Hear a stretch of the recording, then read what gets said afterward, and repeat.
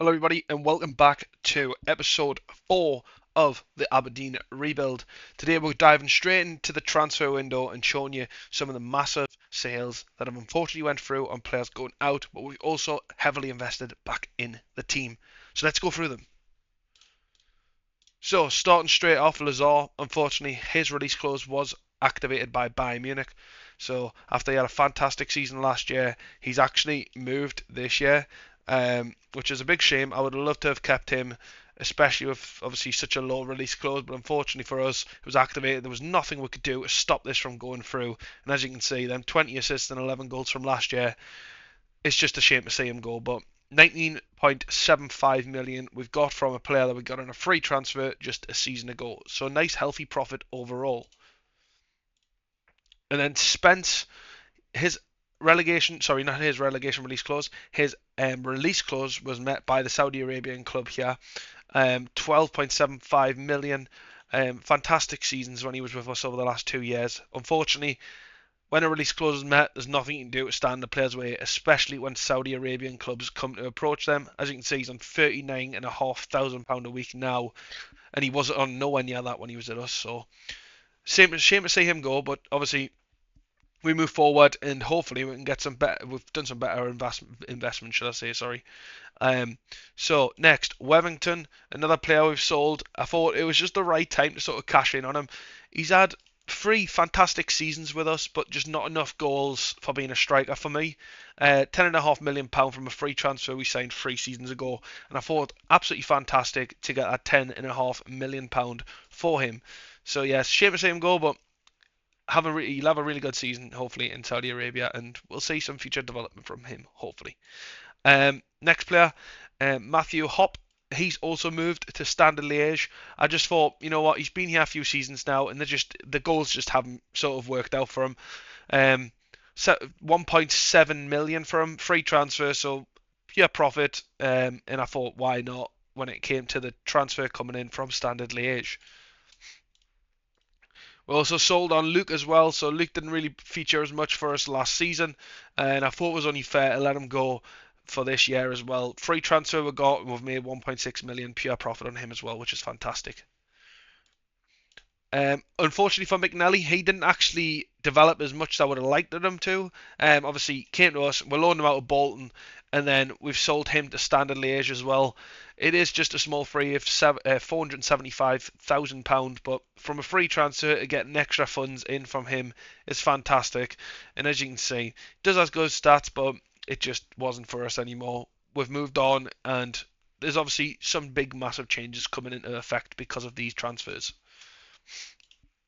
A couple of other players, so the likes of Kieran Dowell, Brandon Williams, and Nathaniel Phillips, they've all gone for pretty much pennies, but not featuring too much for us last year. And I thought it was only fair to cash in on them while we still could before their contracts come to an end. So, starting off with the transfers in, an ex-Manchester City player, James McAtee. He's came in, free transfer, fantastic player. Look at those stats, unbelievable player. So obviously, a bit of a replacement to Lazar there. He's came in on a free transfer. 4 games so far, 2 goals and 1 assist. Fantastic start from him overall, but he's starting to really develop so far as well, and he will get that first team football from us to develop him a little bit further. He's got a £21 million release clause now, which we couldn't get rid of when we tried to sign him. So hopefully we can keep him for the season and try and get rid of that release clause before it's too late, and someone like a Saudi Arabian club comes in for him next season if he has a really good year with us. We also went and got Pobga from obviously Milan, released from there, and I thought, why not? Would have been a free transfer. 4 games so far, 2 goals for the centre midfielder. Stats really, really good for a player to come into the Scottish League and have these kind of statistics. And I thought, with the sort of determination, his teamwork and everything like that, this could really be a beneficial factor to our midfield this season. Datro Fofana, as you can remember from previous Football Manager, it would have been last year's Football Manager. He was a massive pickup to get on your Football Manager saves, just because of how well he develops over time. This year, he's a bit of a mediocre one. He can develop, but we'll see with how he gets on with us. I've brought him in to be sort of a winger more than it is a striker. Obviously, there's a couple of stats to improve there, like he's crossing, he's passing, and things like that. But obviously, that can be worked on. He's obviously got that chance to become a striker as well if we needed him to do a bit of a job there for us. So far, 3 games, 1 goal from him. Hasn't been fantastic so far, but it's only the start of the season, so we'll hopefully get a fantastic season out of Datro Fofana. I thought a bit of a rotation players because obviously with us losing a really key right back in Calvin Ramsey, we couldn't get him back from Liverpool. Unfortunately, he just didn't want to come back to his boyhood club. Was a shame. I would have liked to seen him come back, but unfortunately, it just didn't happen. So um, Ainsley, Martin, and Niles. I just think someone like this, fantastic player to come in and be that rotational player, especially at right back, but he can play a bit of everywhere, which is one of the key reasons why I've signed him. So the main reason I want him is the right back spot. He hasn't got fantastic stats there, but obviously can do a job. He can play in the midfield. He can play on the wings. He's just a very well-rounded player that I thought was a fantastic player to bring in for a free transfer. It's just 30-year-old as well. Now I thought experience. The one thing we really need in this club, especially in the Scottish Premiership, is experience. So the likes of Leonardo Puedes, we've brought him in on a free transfer, a really good solid option to bring in at that centre defensive midfielder role as well. You'll know him from his Paris Saint-Germain days where he was an absolute fantastic player, really young back then as well. Was great to stick in your sides when he was around the age of 24-ish back then. But as you can see, went to Roma, didn't really hit the ground running, and he's come to Aberdeen, which first game hasn't been impressive as such, but obviously his physical stats are going to take a sort of a massive hit with him being 33 now, but he's just someone that hopefully can bring the expertise and learn the youngsters a little bit better about how controlling the ball works and all the other bits and bobs he brings to his game. A big one, well, at least I thought this was a really big one, and I thought it was a fantastic capture from us. Raheem Sterling, right winger, yes, he's 32, but natural fitness is going to help him a lot. It's going to stop them physical stats decreasing so quickly, and obviously, as you can see, he's got them big key attributes for a winger. He's got the crossing attributes, he's off the ball's fantastic, his stamina's fantastic, agility's perfect. Obviously, pace and acceleration dipping off a little bit more, but agility, anticipation, it's all there from him. Hopefully, he can keep out the injury situations and things like that. But overall, I'm really happy to bring in Raheem Sterling, a player that was once sold for £47 million back in his day. So yes, 2 games so far and an assist from Raheem Sterling. Then we decided to splash a bit of cash. Sam McCallum. So this player here, obviously with us having a bit of a bad situation at left back, and to be honest, right back was really bad as well, trying to get some investments there. Sam McCallum came up on the list. I asked the director of football, and this is what he came back with.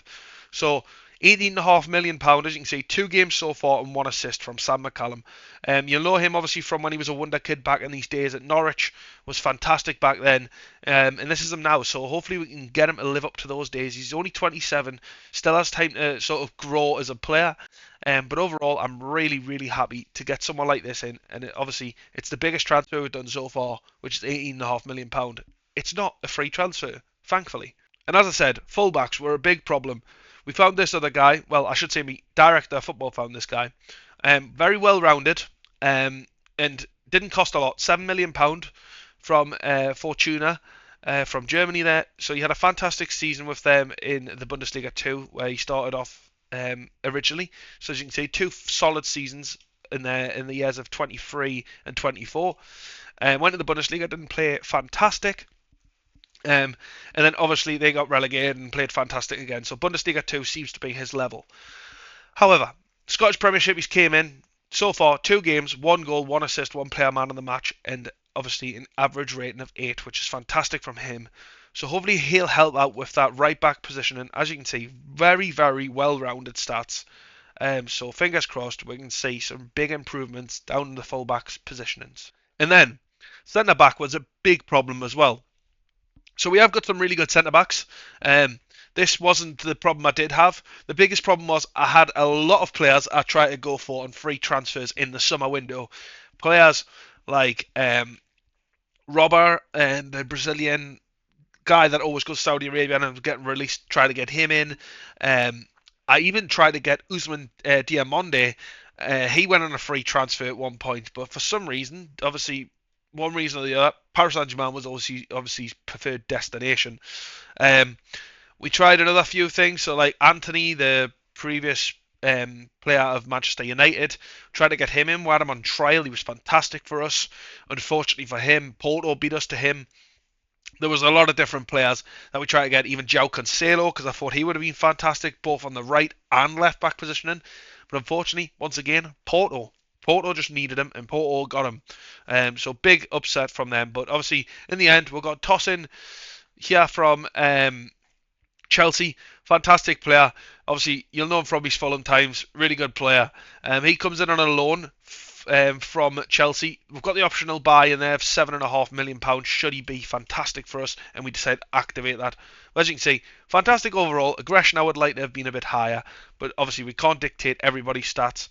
And hopefully he's another player that has a fantastic season in an Aberdeen shirt. So what did that mean for us? So as you could tell, a lot of strikers went out.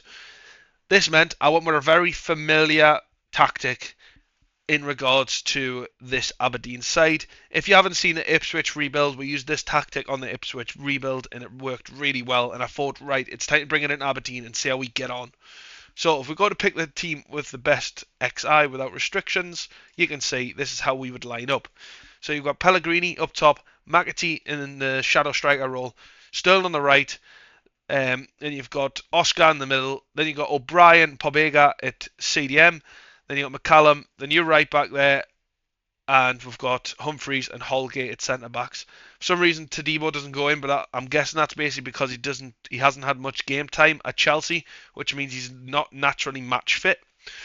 So hopefully over time we'll see him get introduced into the squad. This big thing did mean though that the likes of Hadji does get dropped to the bench. So we'll have to see how that one shapes up. Obviously, Hadji not getting cemented in the striker anymore is fantastic for us. But yes, we've went a little bit less at full-on attacking and more sort of try and control possession and try and control the game going forward. Hopefully this will help us a bit better this season. One big problem I did have though, start with the tactic. We changed it quite early doors. As you can see, the first time we used the tactic was around the Rangers period. We were still at the previous tactic when we played against the likes of this Champions League phase. Unfortunately for us, knocked out of that again. That's one of the big main reasons why I decided to change the tactic as well. We lost against a team that I believe we should never have lost against. So we changed tactic. Obviously the squad wasn't familiar with it. Went up against Rangers and we got absolutely destroyed. 4-1 at Rangers. Just crazy. But that's obviously because the team's adjusting to the new tactic. Hopefully we can see that change, which we did, as you can see from the previous results. Playing Shakhtar, which we won 2-1. Playing Dundee, which we won 4-1. Shakhtar again, 2-1. Clyde, 2-1. Basel, 3-2. 5-0 against Dundee. 3-1 against Basel again. And then beating Hearts 1-0 as well. So obviously, new tactic means new time for the players to sort of gel into this new tactic and play together in a new sort of form as well. So we'll see how that one shapes up for the rest of this season. So yes, I'm very happy overall with the tactic itself looking like this. What I'm not going to do is I'm not going to cement anybody into positions. We're going to let it play out for this one season, see how we perform under this new shape, and hopefully we can do a bit better than last season. I know we're really close with the title, but after losing our key players, there was no option but to change the tactic. But as I say though, we'll get to the end of the season now, and fingers crossed we can really do well with this new tactic under our belt at Aberdeen. Don't forget, if you're new around here, leave a like on this video and subscribe if you haven't already, and let's get to the end of the season. So the season has come to an end, and as you can see, we've done considerably worse than last year, losing 6 games overall. Obviously, one of those to Celtic and 2 of those to Rangers. Some big defeats in there that we should not be conceding, but obviously we have got a new tactic that we're building with, so it's going to be completely new to the team. As you can see, Hadji being the top goal scorer of the league so far, and Pellegrini just being behind him with 15 goals as well. 10 points difference between us and Celtic, which is a big shame considering if we look at the schedule, the last time we played Celtic in the league, we won 1-0 away from home. Same with Rangers as well. Sadly, we won't end up getting beat off Celtic in the Scottish Cup final. So big shame from us, and I am upset to see that happen once again. I thought it would have been a lot quicker to get to better places this year, but obviously new tactic, new sort of structure for the team. We'll have to see what happens at the end of this. So I'm just looking through the squad in regards to the results that we've had so far. We did fantastic in the Europa League stages, as you can see, going through. We actually managed to win a League Cup this year, which is absolutely fantastic. Won the Via Play Cup, beating Celtic 4-3 in the final in extra time. So really good to see us get an actual trophy under our belt for once. In regards to obviously the league phase, as you can see with the Europa League, once you get the knockout stages where we played Frankfurt, we did really well beating them 2-1 at home, but then went to Frankfurt's ground and got beat 5-3 on on the day, and it's upsetting, but really well done though. I'm really happy with regards to the new tactic we've just put into place for the way the lads played. The big upsets, obviously, as you can see, losing against the likes of Kilmarnock 1-0. Losing against the likes of Hibs again 3-1, Hearts 2-1, Rangers 4-0. Big defeats, like as you can see, Celtic beating us there. Overall, though, we did absolutely fantastic from start to finish until we came up against the likes of Celtic. And to be quite honest, the only drop in the ocean for us where it was really poor from us, I'd probably say Rangers getting beat 4-0 away from home, and the Hearts and Hibs games. I'd say they're the two big games we need to turn them losers into wins. So that's really what's let us down this year in regards to closing down on Celtic at the top of the table. Squad wise, we did absolutely fantastic. As you can see, the goalkeeper's played amazing. Got all the appearances. 63 he appeared this year. As you can see, Oscar doing fantastic. He's played absolutely outstanding this year. So it's nice to see him picking up the pace as well. Pellegrini, obviously, we've got out and out striker. 31 games, 15 goals by himself up top. Not as good as last year, but really good overall, which I'm really happy with him. He's starting to really improve as well with them stats of his as well. I'm not going to go through every single player individually, as you can see. People overall did fantastic in the team. Raheem Sterling, the player that we brought in, 14 assists from him. Fantastic for him as well. 28 games, which probably tells me he had a little bit of an injury. Nothing major, so there's a couple of little knocks here, there, and everywhere, but nothing major. Fantastic from Sterling. There is a club looking to get him, which is Saudi Arabia. So once again, there's no release clause in Sterling's contract, but at the age of 33, if we're going to get somewhere between that 5 to maybe 10 million pound transfer fee for him, then I don't see why not, because as you can see, the physical stats are starting to take a bit of a hit now. So yeah, we might see Sterling leave after a season with us. Tosin, as you can see, he's came in, played fantastic for us. 25 games he got under his belt with an average rating of 7. So overall, he's done fantastic at this Aberdeen side. So it might be a case we make this a permanent deal with only the transfer being 7.5 million. So we'll see what happens with that. The one thing is, though, we can go and get him on a free transfer right now as well, which I might try and do before Al Shabab and this other team from Portugal might try and get him. So we might pursue that, if I'm honest. Overall, though, as well, Datro Fofana, he did considerably well. I would have liked to see him do a lot better than the 3 goals and 5 assists. I mean, if we have a little look at him, we have a little look at this guy. He's had a bit of an interesting time while he's been at us. My biggest concern is where he actually played a lot of his games. So as you can see, a lot of different mixed reviews of where he's played. He's played a lot of striker, a lot of winger. Overall, I would probably say he's played a lot better off the bench as a striker. I'd like to have seen him play a lot more on the wing, but obviously with Sterling being there, it's not going to be the case. So that probably makes sense in regards to that as well. And then obviously the likes of Longstaff's going to leave us at the end of the season. So's Walton. They're going to go on free transfers. Puerez didn't really play as much as I would like them to as well. He was only there for the rotation, bring the experience in, but 12 games, 2 assists overall from him. The one that we didn't see feature as much as he normally would is Edwards. Edwards only played 10 games and got 4 goals and 1 assist this year. He's a bit unhappy, obviously, because of the lack of game time. Maybe someone that we look to sell and get some sort of marquee signing in for the last season with this Aberdeen rebuild. We really need to push on next year and hope to God we can get a title under our belt, because we really need one to have this rebuild really take shape. But yes, we've had a fantastic season. We're going to have a quick look. Is the board backing us next year. So as you can see, the board is not backing us as much as I would have liked next year. £1.9 million in the transfer budget.